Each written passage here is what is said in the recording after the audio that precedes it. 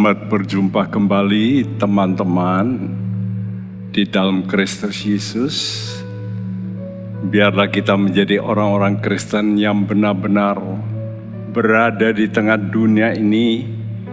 Kita menjadi penerang, jangan ikut hanyut oleh karena pengaruh dari jumlah yang begitu banyak.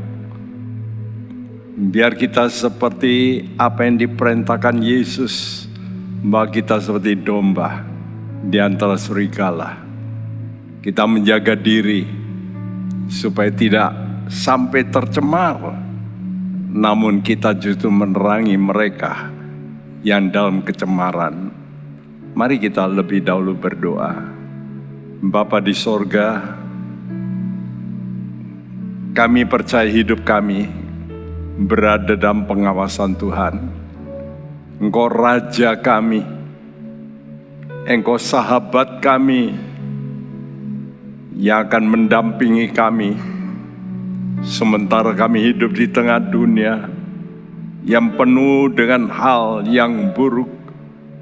Lindungilah kami, beri kami kekuatan iman-Mu, harap dan kasih-Mu, supaya kami boleh tegar, kami terus berpegang pada ajaran salib-Mu sampai Maranatha Engkau menjemput kami. Terima kasih, urapi semua anak-anak-Mu yang mengikuti doa ini dengan urapan dari sorga, supaya kami semua bergelori, hati kami memuji Tuhan. Terima kasih Bapa di sorga. Dalam nama Tuhan Yesus kami panjatkan doa kami, dan setiap kita yang percaya berkata bersama, amin.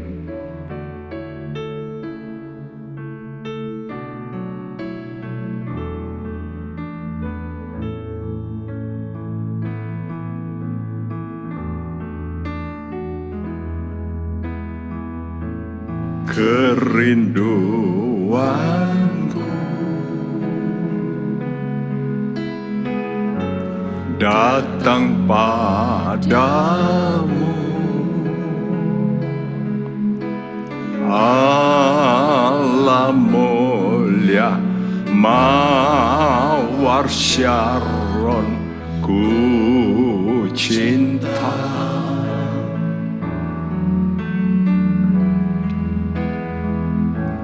Kaulah Rajaku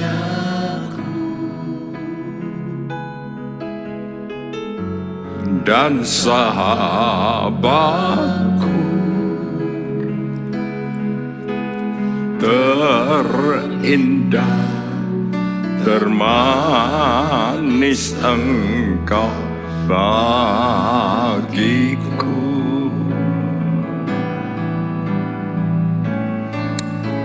Ku sembah Kau dalam roh dan kebenaran.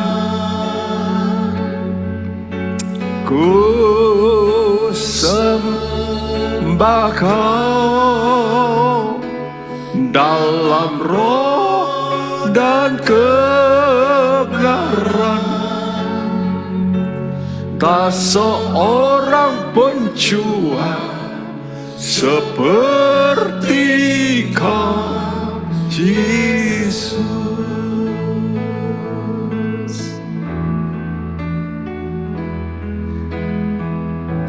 Kerinduanku, yes Tuhan, datang padamu, Allah mulia mawar Syaron, ku cinta.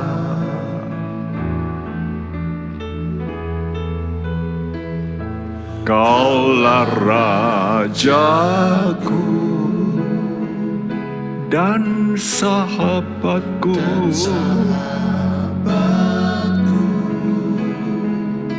Engkau terindah, Engkau termanis.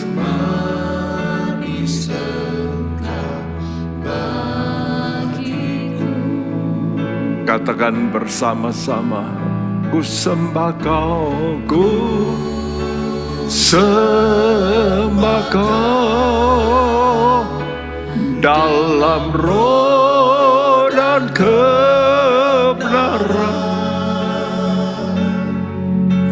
Ku sembah Kau dalam roh dan kebenaran. Tak seorang pun jua seperti Kau, Yesus. Ku sembah Kau, ku sembah Kau dalam roh dan kebenaran.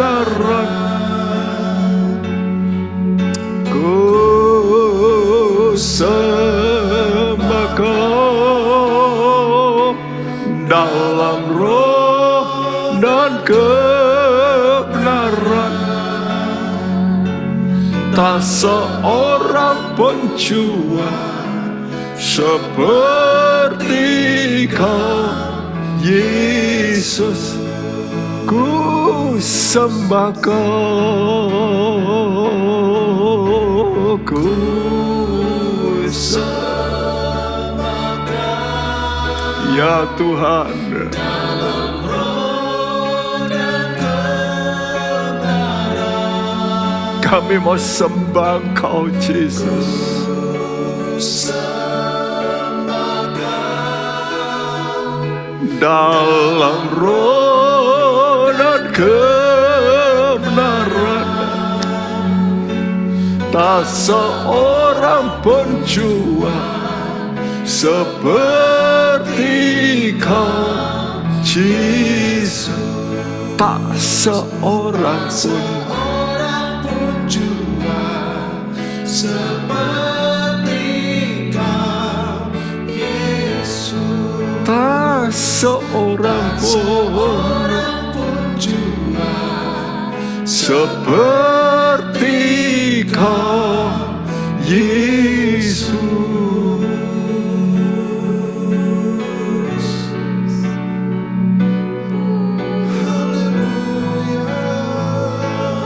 Kami kagum, kami kagum.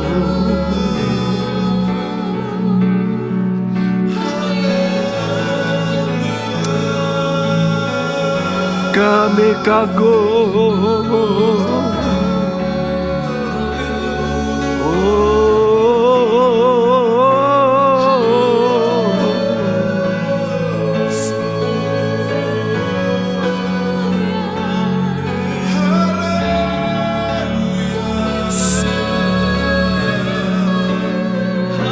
haleluya.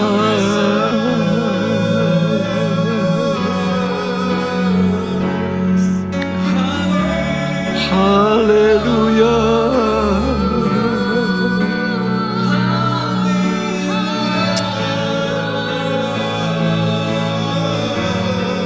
Jesus.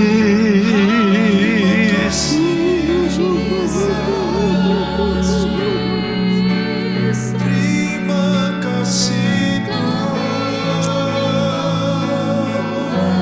ya rasa nama karamasya.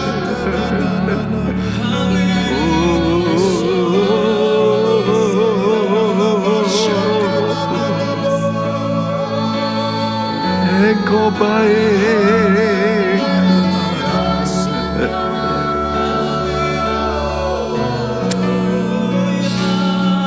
Engkau baik,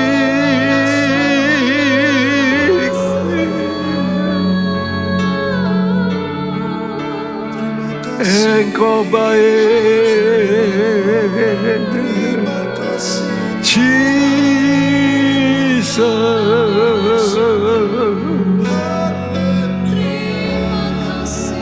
mulia nama-Mu. Kami agungkan Dikau.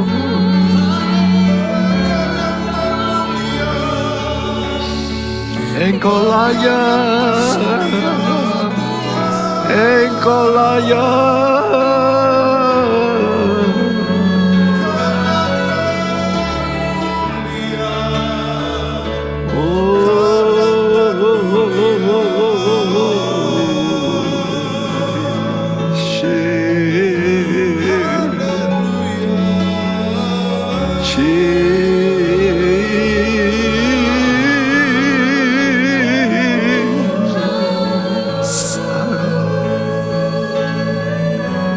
Terima kasih, segala kemuliaan bagi-Mu, bagi-Mu Tuhan, bagi-Mu.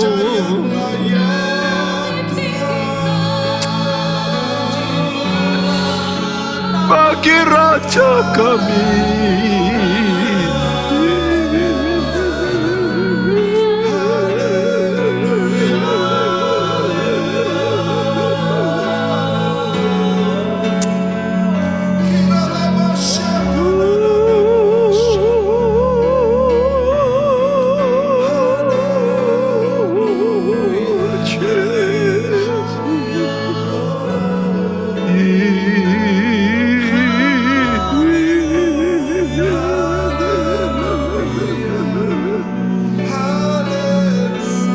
layak Engkau Tuhan, layak dicintai umat-Mu Tuhan.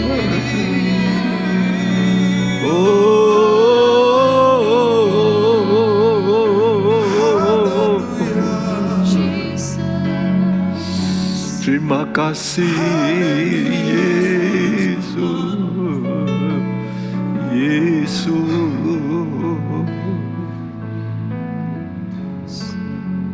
Ajar kami mencintai Engkau ya Yesus, karena Engkau lebih dahulu mencintai kami dengan segenap nyawa-Mu, dengan segenap raga-Mu. Engkau berikan kepada kami. Patut kami umat-Mu berkata, Tuhan Yesus, aku cinta kepadamu ya Yesus.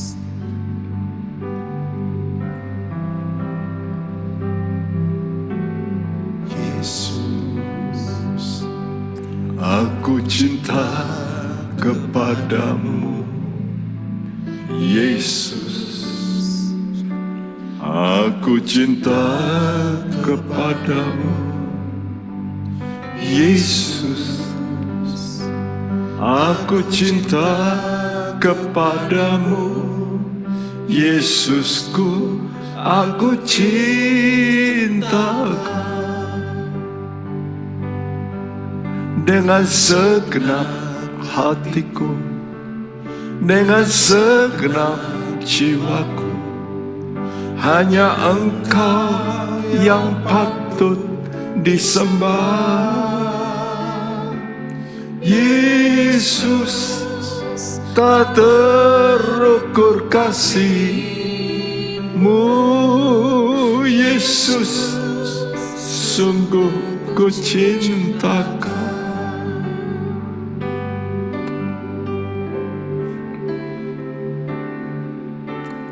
Yesus, aku cinta kepadamu, Yesus. Aku cinta kepadamu, Yesus. Yes Tuhan, aku cinta kepadamu. Biar cinta kami, Yesusku, aku semakin kuat. Dengan segenap hatiku, dengan segenap jiwaku. Hanya Engkau yang patut disembah. Yesus, tak terukur kasih-Mu. Yesus, sungguh ku cinta Kau dengan segenap hatiku, dengan segenap jiwaku.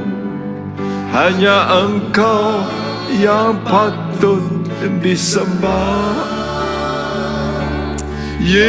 Yesus, tak terukur kasih-Mu. Yesus, sungguh ku cinta Kau dengan segenap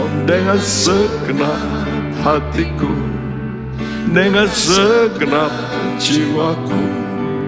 Hanya Engkau yang patut disembah. Yesus, tak terukur kasih-Mu. Yesus, sungguh ku cinta Kau. Yesus, tak terukur. Yesus, tak terukur kasih-Mu. Yesus, sungguh ku cinta Kau. Yesus, tak terukur. Yesus, tak terukur kasih-Mu. Yesus, Sungguh ku cinta Kau. Kami mau nyatakan kasih Kami.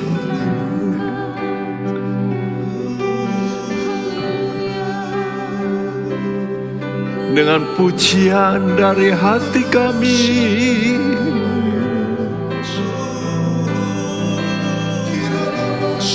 kami bersyukur Tuhan.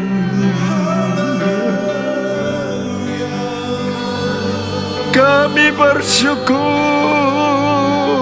Tuhan.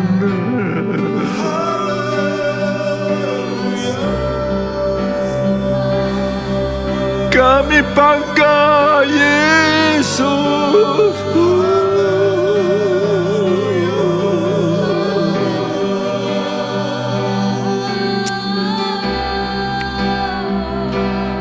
Haleluya.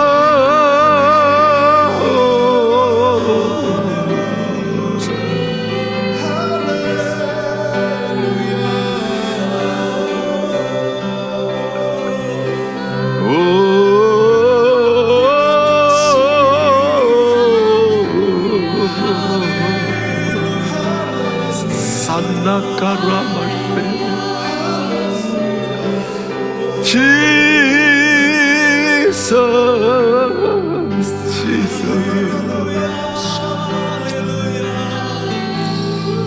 Namamu indah,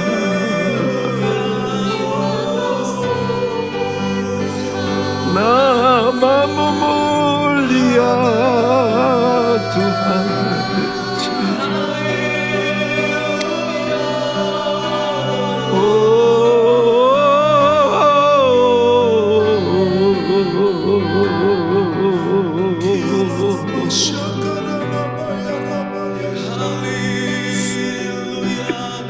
Ini hati kami, ini hati kami Tuhan.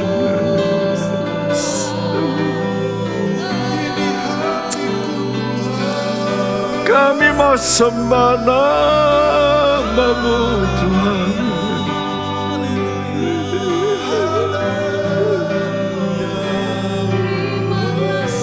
Haleluya,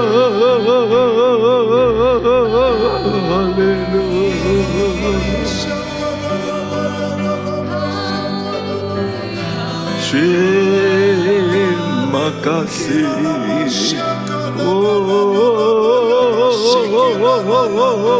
Yes, yes, yes, Lord, yes, Lord, yes, Lord, yes, Lord, yes, yes, Lord, Amen, Tuhan.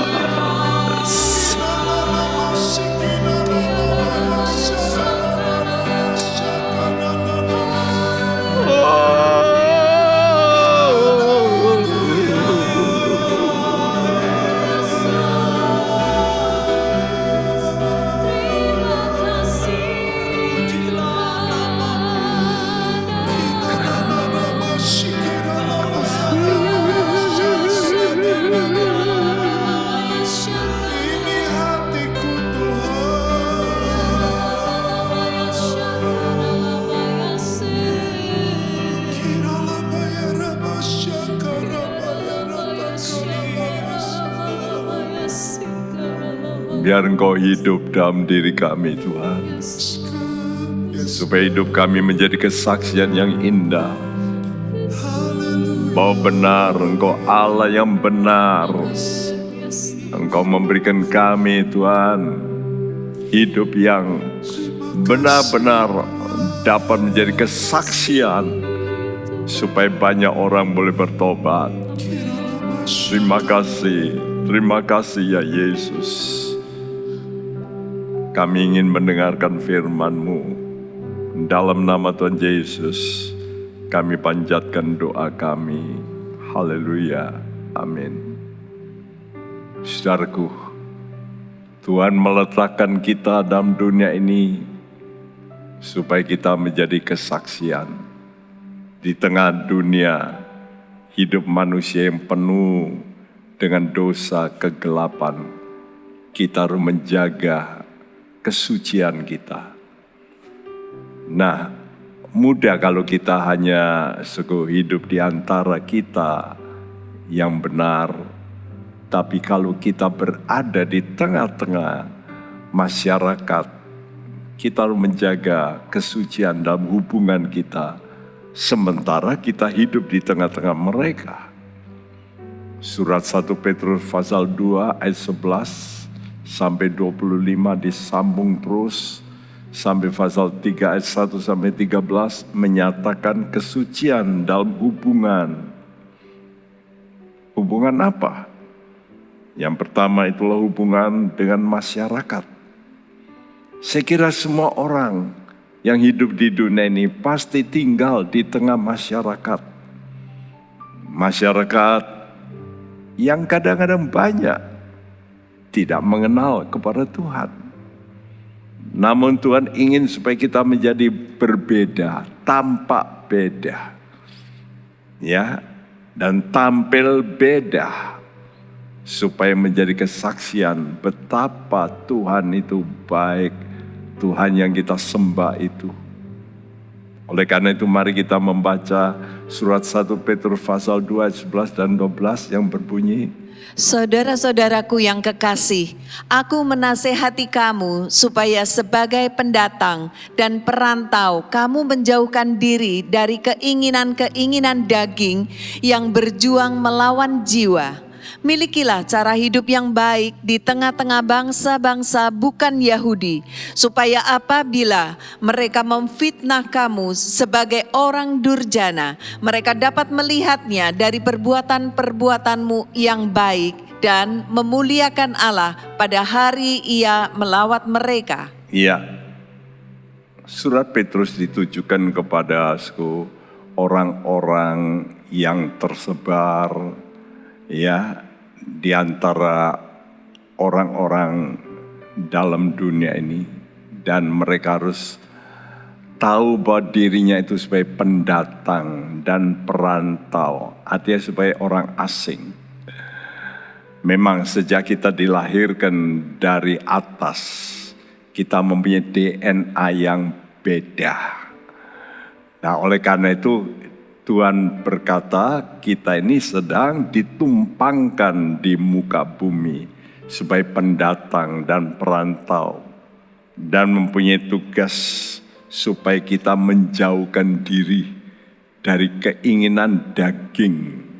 Ya, saudaraku, keinginan yang seringkali bertentangan dengan kehendak Tuhan. Saudara, ada dua tugas dari orang percaya di tengah masyarakat. Yang pertama, yaitu tugas mengawasi kualitas diri kita sendiri. Nah, inilah hal rohani. Ya, supaya kita tidak menjadi celaan begitu. Sehingga jangan sampai orang berkata, nah itu orang Kristen kok begitu. Ya, jadi kita mesti bertanya kepada diri kita, who am I? Siapakah aku? Nah, ini kita mesti terus meneropong, ya, ke dalam. Karena itu dalam kehidupan manusia itu ada yang disebut inner man, orang dalam, dan ada outer man, orang luar. Nah, orang dalam ini lebih dulu yang harus kita perhatikan kualitasnya. Jangan sampai kualitas kita di dalam ini bobrok. Ya, jadi tugas kita mengawasi kualitas diri kita sendiri. Supaya jangan jadi celaan. Yang kedua, tugas kita melakukan praktek hidup yang kelihatan secara jasmani. Supaya mereka tidak berkata, "Loh kok berbuat begitu?" Nah, kita mesti berkata, "Ini loh aku, ini loh modelku." Ya. Nah, inilah yang disebut outer man, orang luar kita mesti juga menjadi kesaksian yang baik. Jadi baik orang dalam maupun orang luar itu sama, kualitasnya serupa. Jadi bukan munafik. Karena itu kita mesti introspeksi. Siapa toh aku sebenarnya? Nah, sadari diri kita ini sebagai orang asing. Orang asing yang menumpang di muka bumi. Ya, bumi yang dikuasai oleh si jahat. Kata surat 1 Yohanes 5 ayat 19.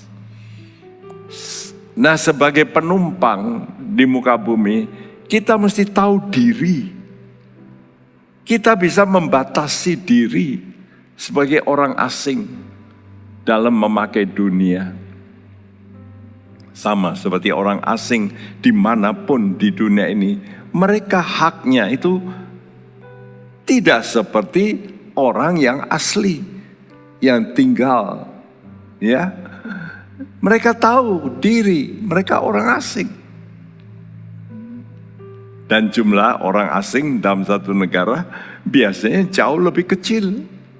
Ya, karena itu dalam surat 1 Korintus 7, Paulus memperingatkan bahwa kita ini anggap seperti kita hidup dalam masa darurat.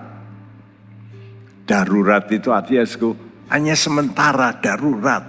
Ya, kita di tengah-tengah dunia ini darurat.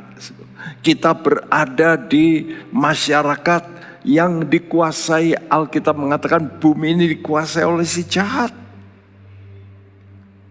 Dan kita harus tahu, seperti pesan Paulus, kamu kalau hidup di dunia ini, walaupun kamu pakai barang-barang dunia, kamu itu seperti tidak mempergunakan.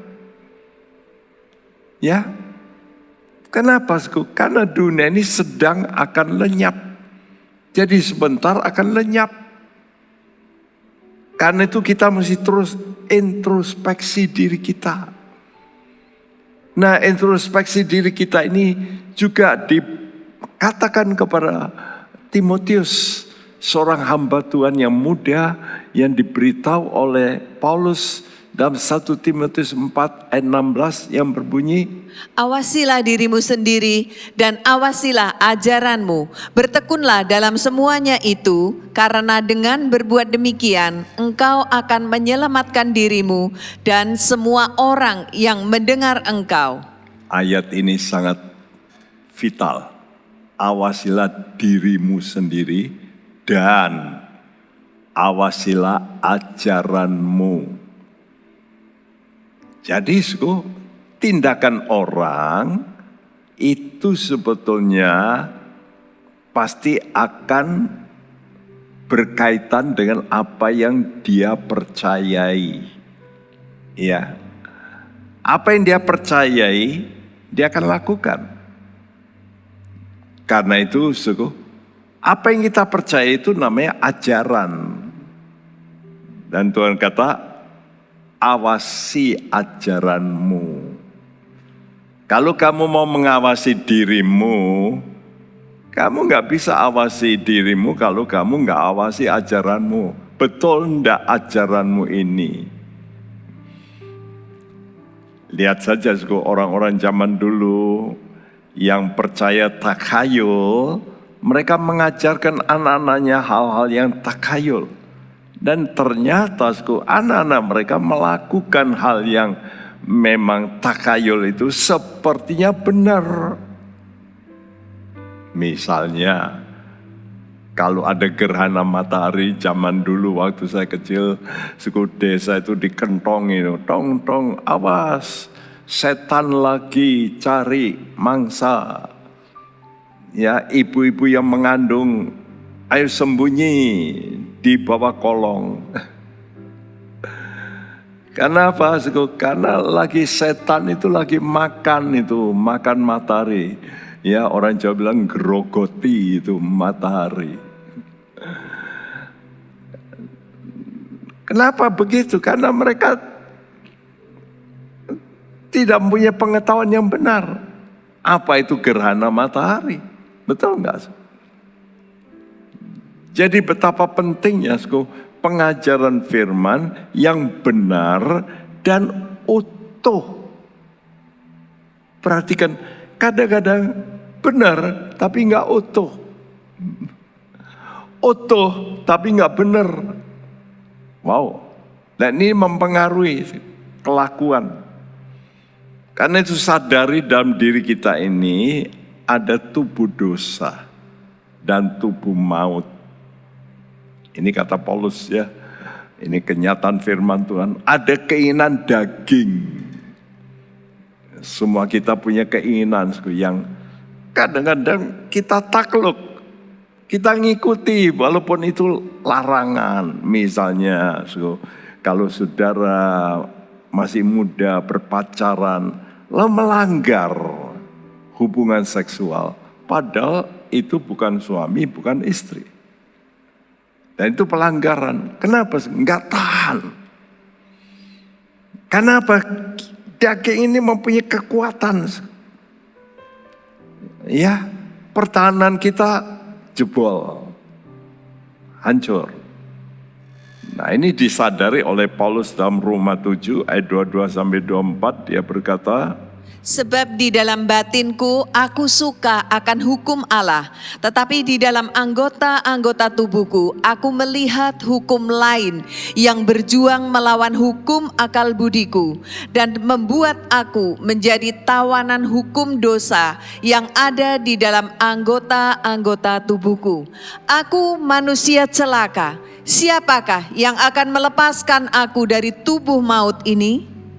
Paulus menyadari dalam dirinya ada sesuatu yang sangat ingin menguasai dirinya. Sehingga dia berteriak, aku manusia celaka. Siapa yang bisa melepaskan aku dari tubuh maut ini? Dia berkata, aku melihat ada hukum lain yang berjuang melawan akal budiku, melawan akal sehat. Tahu kalau itu belum saatnya menikah, ya, tahu dia masih muda, tapi ada kekuatan yang mendorong dia, itu hukum lain, hukum dosa. Lalu diterjang peraturan itu. Saudara, kalau begitu ada dua hal yang dibutuhkan untuk mengatasi keinginan daging ini. Itu yang pertama, pengajaran firman yang benar dan utuh. Saya katakan utuh. Jangan sepenggal, tapi utuh. Ya. Jangan sampai half truth. Karena half truth itu sama dengan separuh benar, itu namanya tidak benar. Karena itu saudaraku, iblis menggoda dengan kata-kata yang pakai Alkitab, benar. Tapi dia tambah yang gak benar. Nah, kita mesti mempunyai pengajaran firman yang benar dan utuh. Yang mampu memerdekakan kita dari dosa. Ya, Yohanes 8 ayat 32 mengatakan, you shall know the truth, and the truth shall make you free.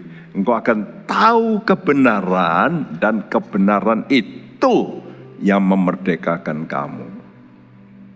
Dan yang kedua, kita mesti berseru pada Tuhan. Ya, agar Tuhan memberikan penolong bagi kita, membantu kelemahan daging kita ini. Karena kita semua lemah adanya. Kita mesti akui. Mari kita berkata, Tuhan, aku mau dekat dengan Tuhan. Hatiku tenang kalau aku berada dekat-Mu, Tuhan.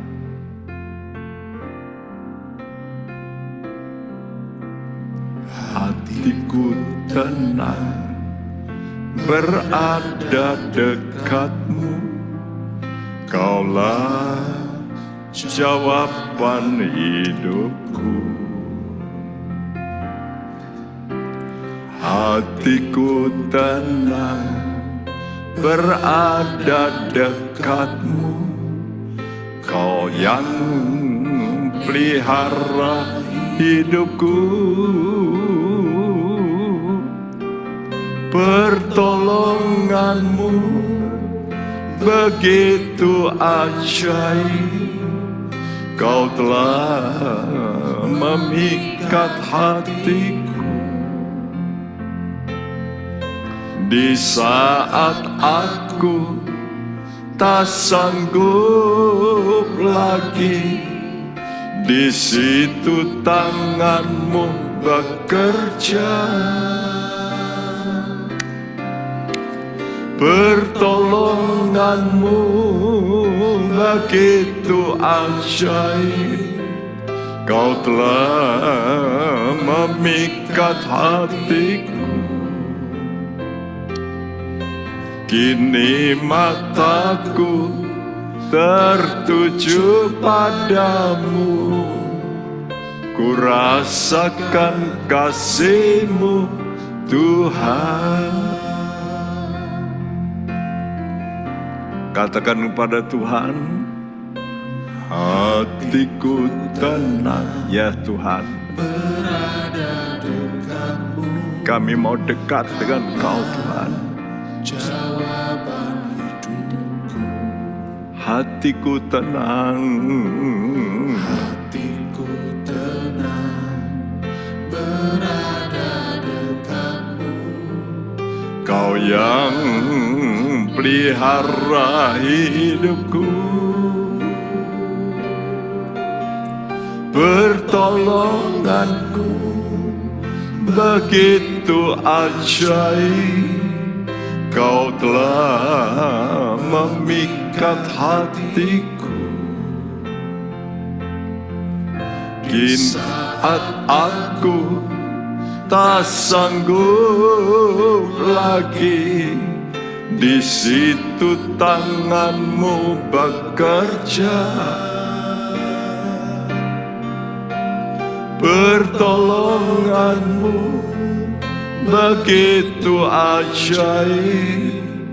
Kau telah memikat hatiku. Mari kita berseru. Kini mataku Tuhan, aku minta tolong. tertuju padamu. Ya Tuhan. Rasakan kasih-Mu, Tuhan. Oh, pertolongan-Mu. Pertolongan-Mu begitu ajaib. Kau telah memikat hatiku. Di saat aku tak sanggup lagi, di situ tangan-Mu bekerja. Pertolongan-Mu, ya Tuhan. Begitu ajaib. Kirimlah kuasa-Mu yang ajaib. Tolonglah kami, Tuhan. Kini mataku tertuju padamu. Dan kami mau terus melihat Engkau yang hebat, Tuhan. Kami katakan pertolongan-Mu ajaib, Tuhan. Pertolongan-Mu Yes, Tuhan. begitu ajaib. Kau telah memikat hatiku di saat aku tak sanggup lagi. Di situ tanganmu bekerja, pertolonganmu begitu ajaib. Kau telah memikat hatiku. Kini mataku tertuju padamu, ku rasakan kasih-Mu Tuhan. Kini mataku tertuju padamu. Kini mataku tertuju padamu, ku rasakan kasih-Mu Tuhan. Kini mataku tertuju padamu Tuhan. Yes Tuhan. Tertuju padamu, ku rasakan kasih-Mu Tuhan.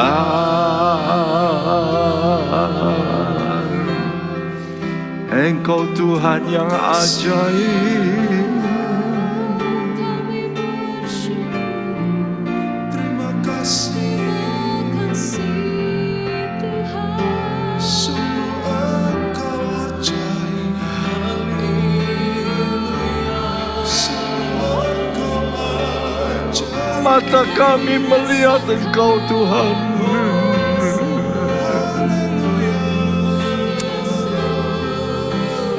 Engkau ada di sorga, memandang pada kami.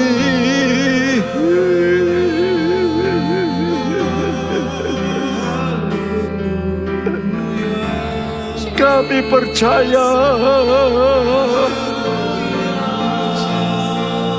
Engkau tetap mengawasi kami.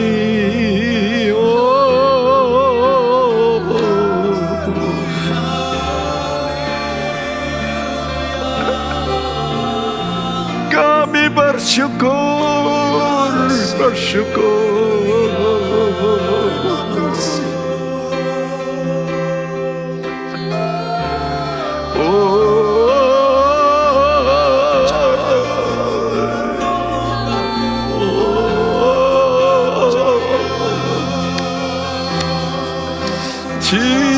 Jesus.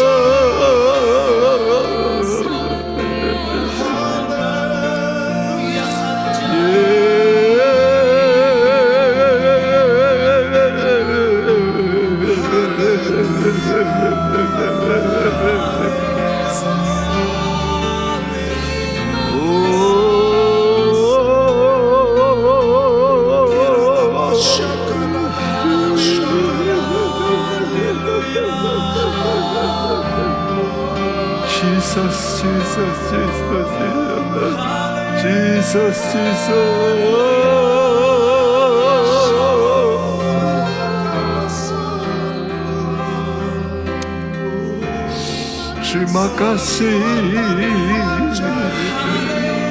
Terima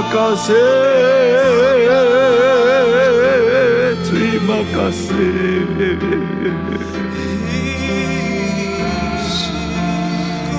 Terima kasih buat pengawasan-Mu. Terima kasih buat pemeliharaan-Mu. Terima kasih.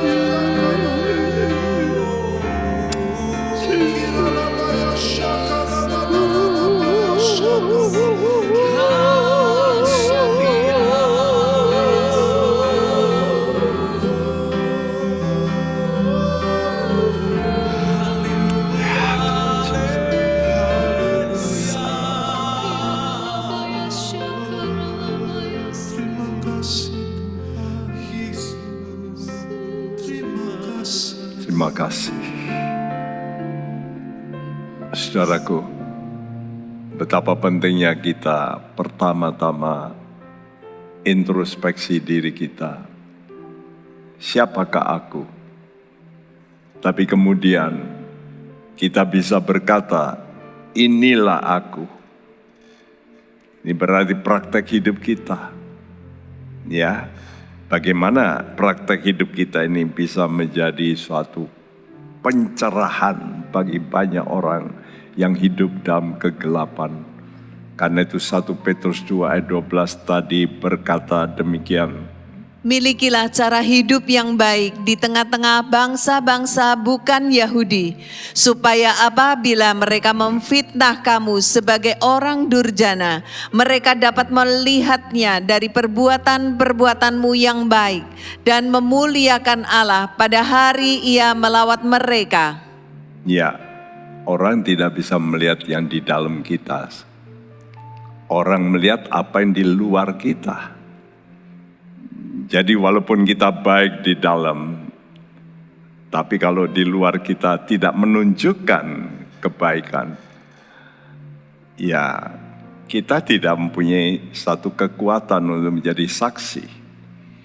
Karena itu Rasul Petrus berkata dengan firman Tuhan, milikilah cara hidup yang baik di tengah-tengah bangsa yang tidak kenal kepada Tuhan.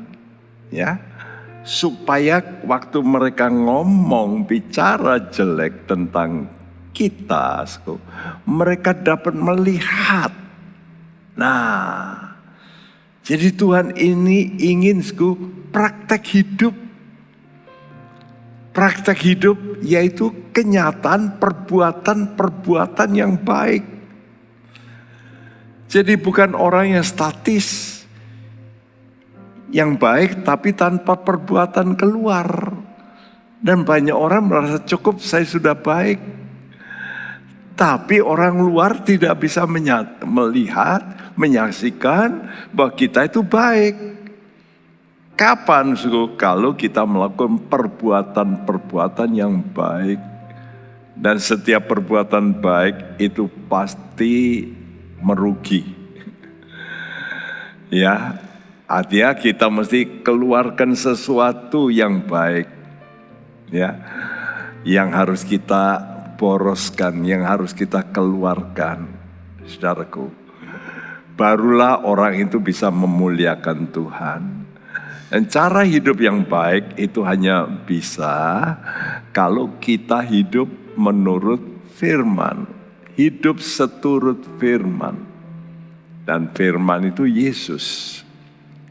Itulah sebabnya Yesus dahulu berinkarnasi menjadi manusia supaya menjadi teladan. Ini loh hidup yang kamu harus lakukan seperti aku kasih contoh. Contoh dalam hal apa, baik perkataan maupun perbuatan. Ya, jadi bukan hanya kita bersaksi, tapi bagi orang dunia itu tidak punya efek, tidak punya pengaruh kalau tidak dalam perbuatan yang nyata. Karena itu gereja Tuhan di mana-mana harus melakukan perbuatan-perbuatan baik yang bisa diukur, yang bisa dinilai oleh masyarakat sekitar. Ya. Oleh karena itu kita kadang-kadang mengadakan kegiatan-kegiatan bakti sosial, lalu juga yang lalu sempat kita renovasi beberapa rumah di dekat gereja kita, karena gereja kita megah tapi beberapa rumah itu tidak layak huni. Dan kita juga membagi-bagikan makanan dan sebagainya, kegiatan-kegiatan menolong waktu ada masalah-masalah banjir dan sebagainya. Kita training orang-orang untuk membantu mereka waktu pandemi. Kita juga sampai juga menguburkan jemaat yang sampai tengah malam, jam 1 malam, jam 2 malam harus cepat dikubur. Ya, kita bantu dengan alat-alat tabung-tabung oksigen dan sebagainya. Itu perbuatan-perbuatan yang dapat diukur, yang dapat dilihat. Jadi kehidupan orang percaya itu harus menunjukkan gaya hidup. Gaya hidup apa? Takut akan Allah yang punya kerajaan. Karena kita ini tahu Tuhan akan datang mendirikan kerajaan. Namun sementara kita hidup di dunia, kita diminta oleh Tuhan juga untuk taat kepada pemerintahan di muka bumi ini. Sehingga seperti yang dikatakan Paulus dalam surat 2 Korintus 6 ayat 3. Dalam hal apapun kami tidak memberi sebab orang tersandung, supaya pelayanan kami jangan sampai dicela. Jangan sampai dicela. Jangan sampai pelayanan kita ini, mungkin aktivitas kita, ibadah, melayani orang, bersaksi. Jangan sampai dicela karena perbuatan yang buruk. Karena itu Tuhan Yesus memberikan pesan kepada kita, bahwa kualitas orang percaya itu harus seperti firman yang Tuhan sudah canangkan ini. Dia sendiri yang mengucapkan, Matius 5 ayat 16. Demikianlah hendaknya terangmu bercahaya di depan orang, supaya mereka melihat perbuatanmu yang baik dan memuliakan Bapamu yang di sorga. Nah, inilah hidup, supaya terang. Tuhan berkata, kamu garam dunia dan kamu juga terang dunia. Dan terang ini harus bercahaya supaya mereka melihat. Perbuatan baik ini bukan disimpan, tapi untuk dilihat, didemonstrasikan. Untuk apa? Maksudnya bukan untuk kebanggaan diriku, supaya memuliakan Bapamu yang di sorga. Dan ini hanya bisa terjadi dimulai dari spirit kita, roh kita harus benar lebih dulu. Kalau roh kita benar, barulah kita bisa mendidik jiwa kita. Perhatikan, jiwa kita ini perlu dididik untuk juga benar. Kalau jiwa kita sudah benar, baru outputnya perbuatan-perbuatan kita pun akan benar. Dan kalau benar, Allah yang dipermuliakan. Kita memberikan kredit poin untuk Allah, bukan untuk kita. Bahaya kalau kita mencari kemuliaan untuk diri kita. Jadi tujuan Allah menciptakan manusia itu untuk apa? Untuk memuliakan Allah. Supaya Allah itu dipermuliakan. Ini satu tugas yang besar. Karena itu marilah kita berkata, Tuhan, kemuliaan hanya bagi Engkau. Kemuliaan di tempat maha tinggi.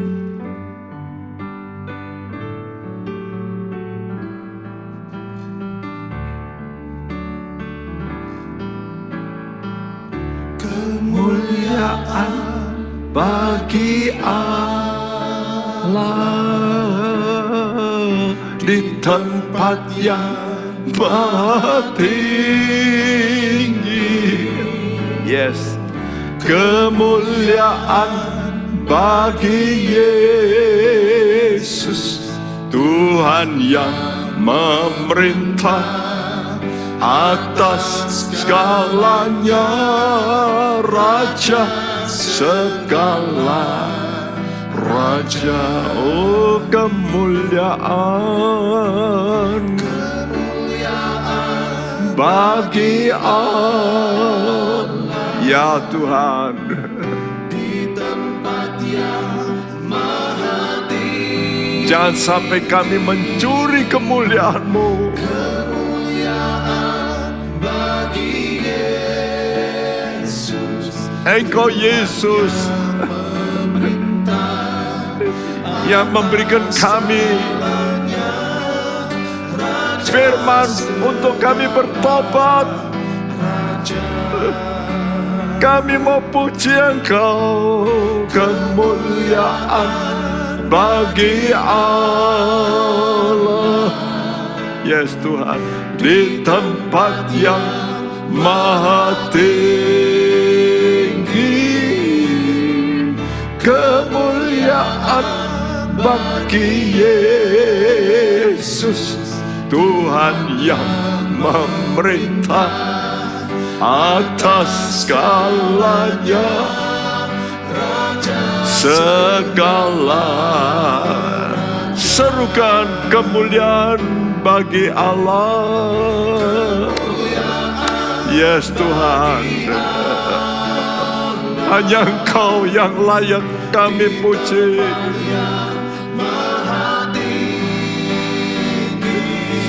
Hanya Engkau Tuhan yang patut kami muliakan.